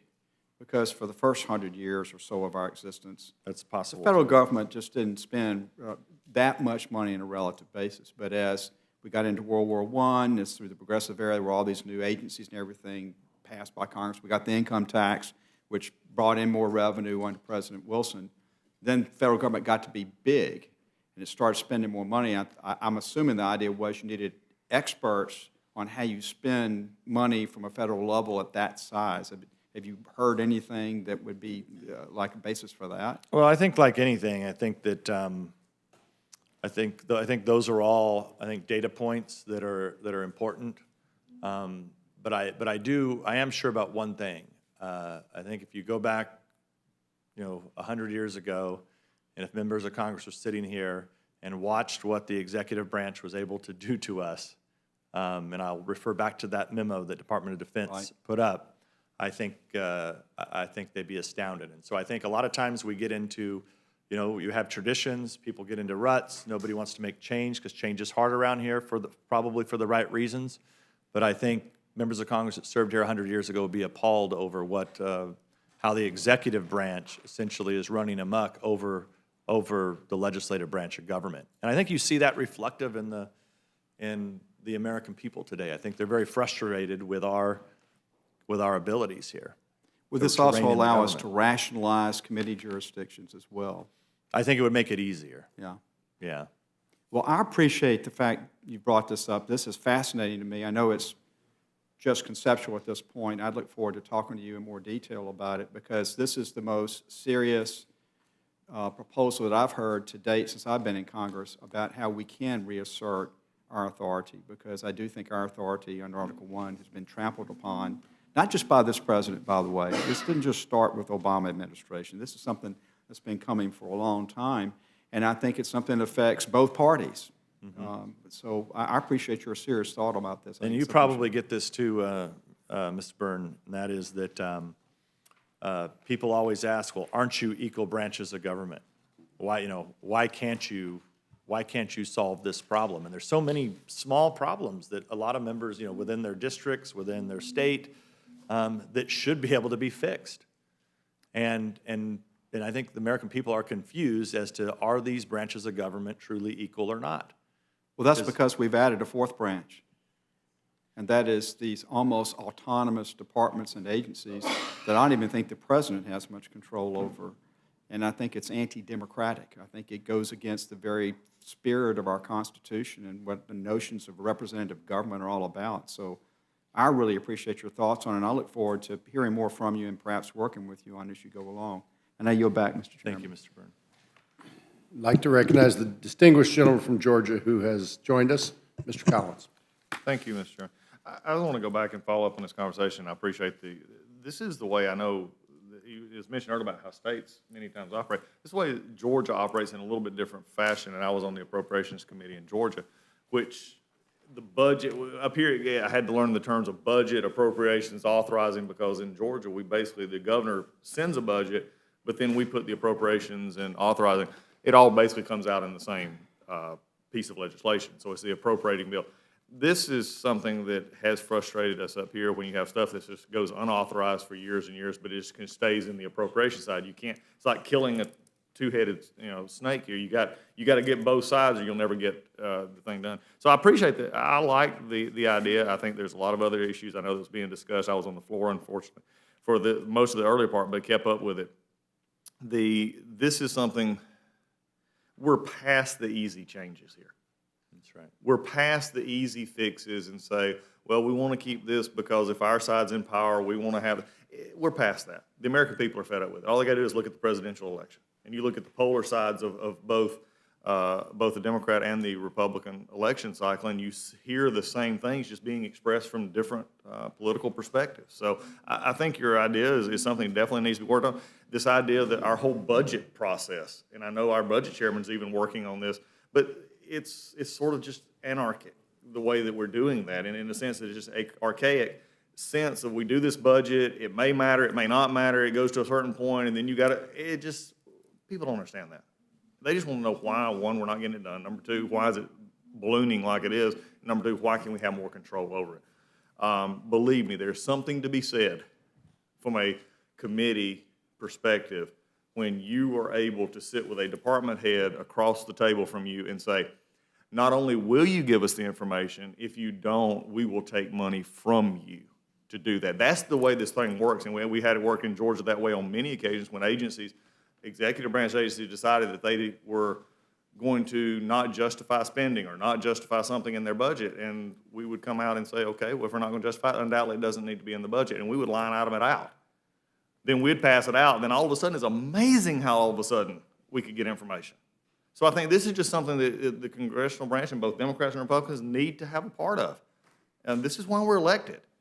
And if we're not elected for this, I think we're going to have to. So I appreciate your proposal. It is, for some, maybe too outside the institutional scope, but I don't think it is. I think historically it's something that works, and it may be time to come back to something like this in this format, how that would work.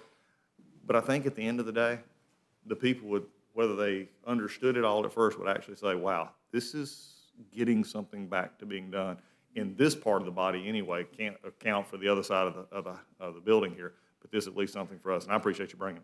Well, and I also think, Mr. Collins, too, that a lot of people talk about that Congress doesn't work in a bipartisan manner anymore.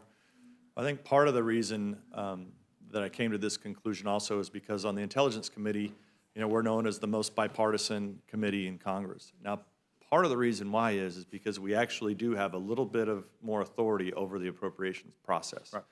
And so we do our best to be experts in our field to represent all of you accordingly. But we solve problems together. And I think if you had these 8 to 10 big committees, I think you would get a lot more bipartisan cooperation and really looking in, becoming experts, as Mr. Burns said, in these areas. And Republicans and Democrats would work together because they could really take on these agencies to make better policy, to make the government run more efficiently. Well, it's just, right now, we're look back and you look historically through the lens of however you want to look at it. We're looking at it, whether it was, 8 years ago, it was, depending on the party in power, it's a constant discussion. Democrats in power, maybe in Congress, Republicans in the White House, we don't like it, Republicans in power in Congress, and we're just not, coming together to say how can we actually look at a process that may work further, that would breed that more bipartisan support, would actually get things vetted. And it would not, from our perspective, the way we're doing it right now, frankly, we've ceded that power over to the executive branch to sort of set it up, and only we can make changes on the edges, and that gets into a whole nother, discussion on how much, oversight we should have in directing the projects and vetting projects and things like that. So, look, there's much to be said about how we can work better together. The situation right now lends itself to that pinch point that says, okay, it's either all or none. And we just sort of ignore the whole fact over here that many of the things that we're spending money on have lost their authorization, have lost their even ability under law, should even be funded at all, but yet we just sort of wink, nod, and go on and waive the rules and we move it. So I think this is where people are getting frustrated at. So I appreciate your bringing it. And I would also just say to your point, Mr. Collins, that think of all the time that we spend down on these appropriations bills that we do. And members offer, 400 amendments come to this committee. You guys sit here and comb through them all. And then the next bill comes up and the members offer, very similar types of amendments, and you guys go through them all. and then we take these votes. You know, we're voting on, you know, some of these bills. We're hearing over 100 amendments.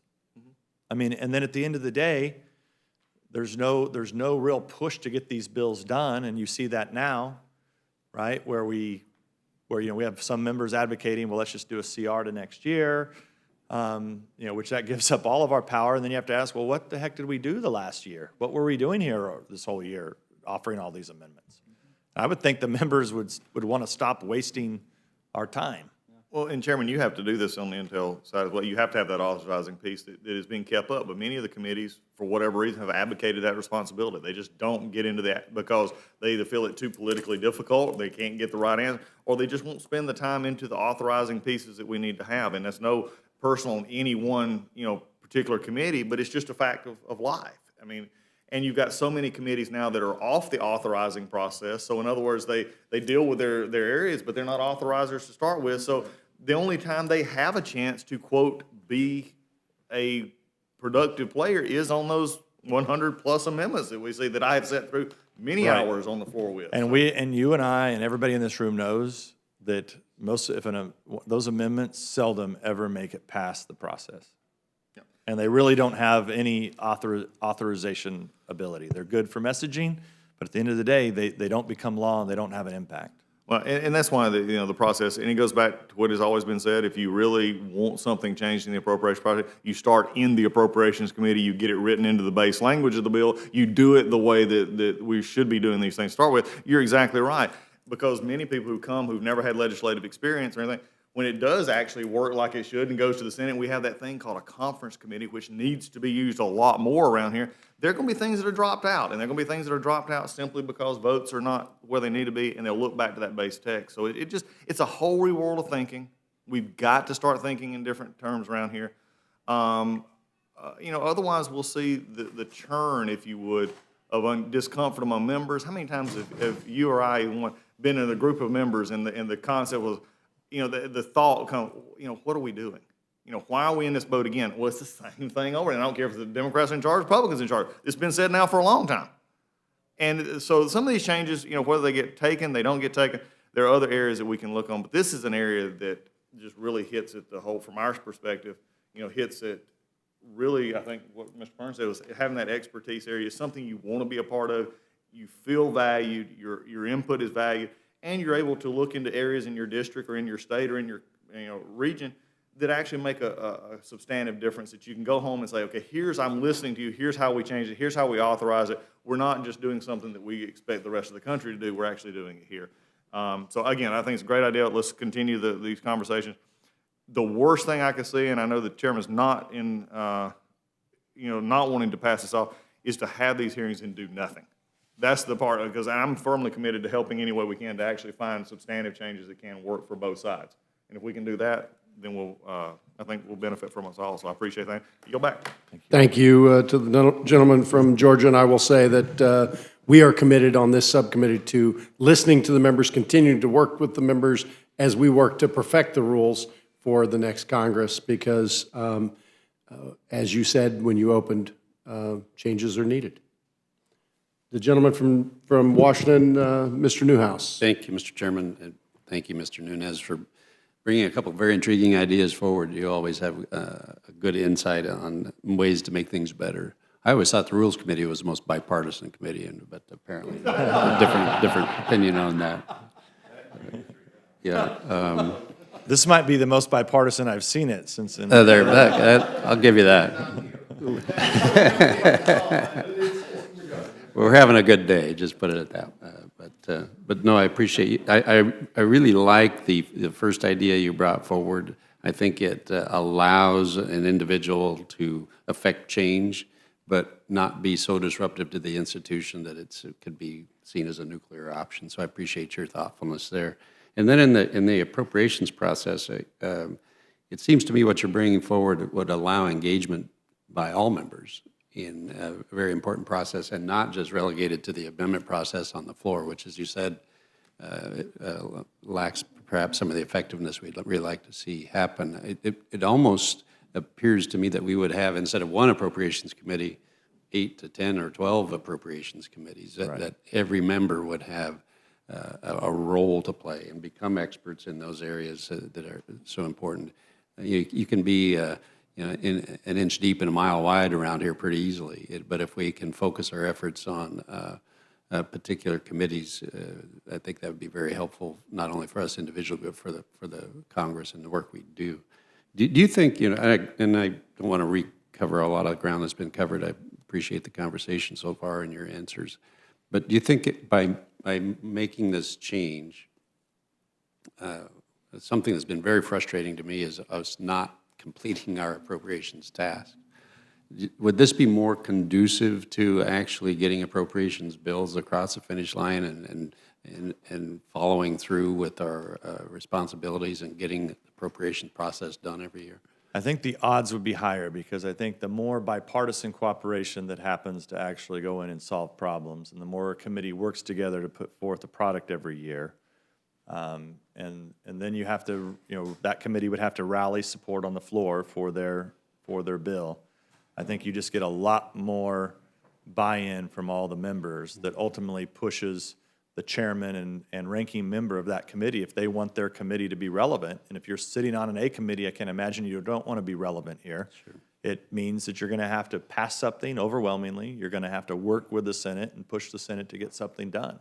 And then, even if you end up in a minibus or omnibus situation, at least those chairmen and ranking members will be represented in the room.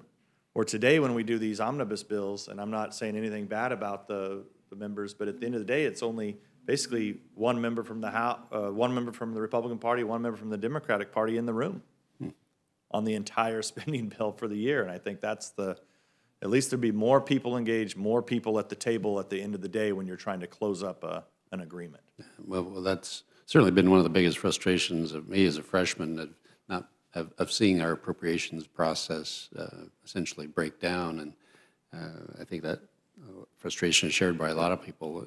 This whole process becomes kind of a black hole.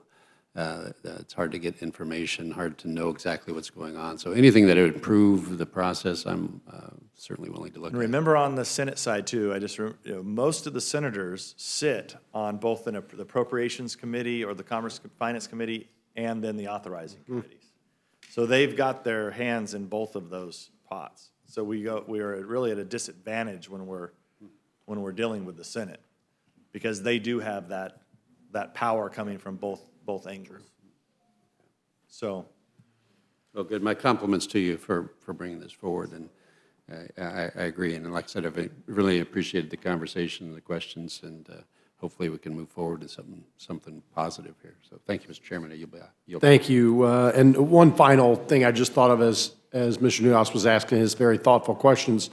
I would ask you, as you're putting together the actual language on the second proposal, you try to be thoughtful of the many great members we have with a lot of tenure on the Appropriations Committee and give them credit for their tenure on the Appropriations Committee when they move to another committee, if we were to accept this rule, because I think, while they'll still all be against it, it at least would give them credit and not just have them starting from scratch and starting as if they're a brand-new member on a committee, giving them some kind of thoughtful consideration, maybe, straight credit for every year they served on the Appropriations Committee to any committee they'd transfer to.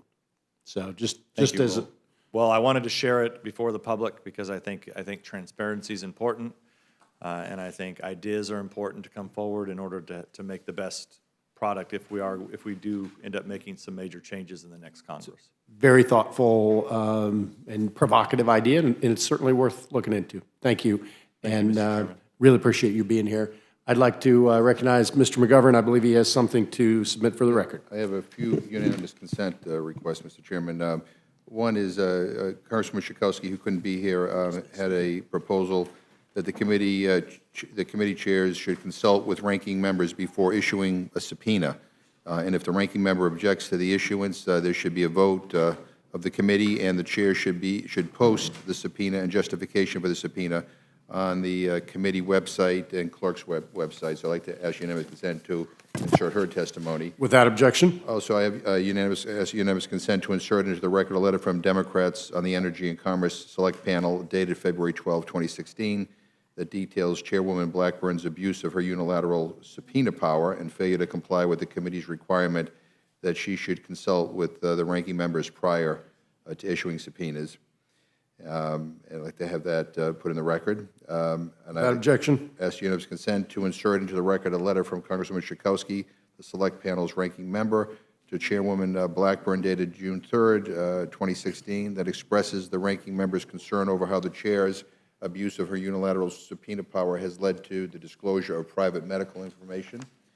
And I'd also like to ask unanimous consent to insert into the record a letter from Ranking Member Johnson of the Science, Space, and Technology Committee to Chairman Smith dated June 23rd, 2016, that highlights the chair's abuse of his unilateral subpoena power and explains how this decision to issue subpoenas to state attorneys generals regarding their investigations of Exxon's alleged fraud regarding climate change is an illegitimate and unconstitutional encroachment on state sovereignty. And finally, I'd like to ask unanimous consent to insert into the record a letter from Ranking Member Cummings to the Committee on Oversight and Government Reform to Chairman Chaffetz dated September 9th, 2016, detailing the chairman's abuse of his unilateral subpoena authority in order to tarnish the Democratic candidate for president. Thank you. Without objection, Good. those will be submitted into the record. Without objection, any other material submitted to the subcommittee for purposes of this hearing shall be printed in the record. Hearing none. Without objection, the committee is adjourned.